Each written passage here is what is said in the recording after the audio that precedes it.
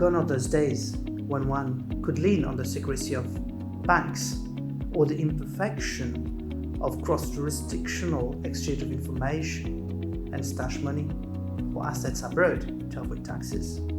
Time has witnessed a sophistication of the laws in many jurisdictions in order to promote transparency, and one of which is the recent change, which imposes a need to obtain and disclose beneficial ownership information. In the same vein, some time back, there was the introduction of the Foreign Account Tax Compliance Act, in short FATCA, and the Common Reporting Standard, CRS.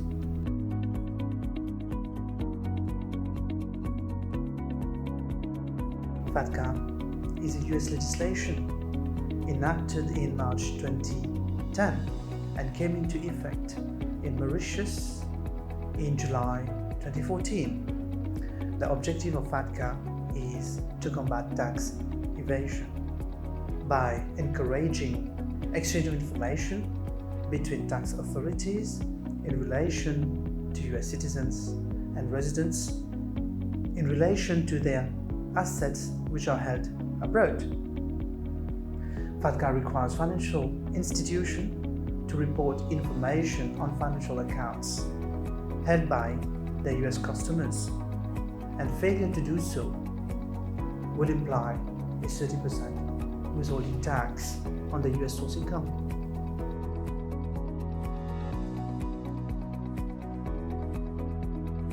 The Common Reporting Standard changed the landscape. CRS was developed by the Organization for Economic Cooperation and Development, and while it is based on the same principles of FATCA, it is viewed as the single global standard for automatic exchange of information. Since 2014, the adherents continue to grow in number, and as it goes, it will not take long for the whole world to be operating within that framework. The standard requires jurisdictions to exchange information on request, spontaneously and automatically, with regard to persons resident in the other, that is, partner jurisdiction.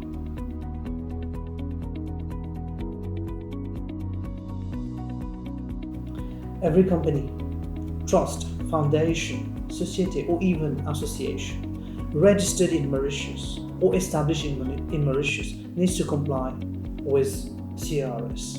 It starts with a determination of the classification of the structure, whether it is a financial institution or a non-financial entity.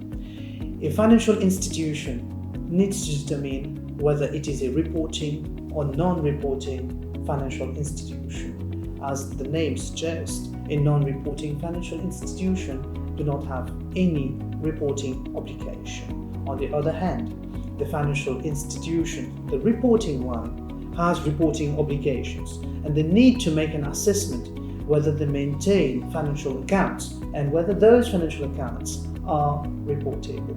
If an entity is not a financial institution, as I said, it will be a non-financial entity. And within that category, there are two types of entities, either an active non-financial entity or a passive non-financial entity.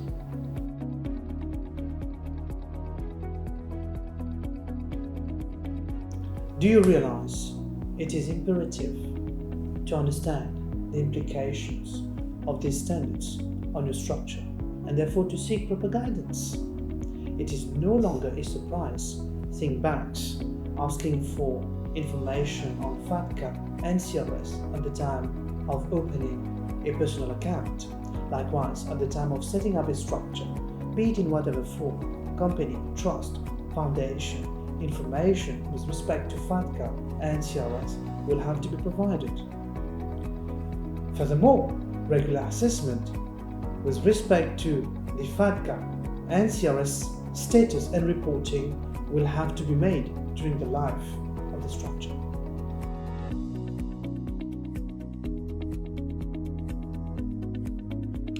At Axis, we can facilitate the setting up of your personal account, the setting up of your corporate structure, and establishment of your succession planning structure, and can definitely assist in determining the implications of FATCA and CRS of your structure.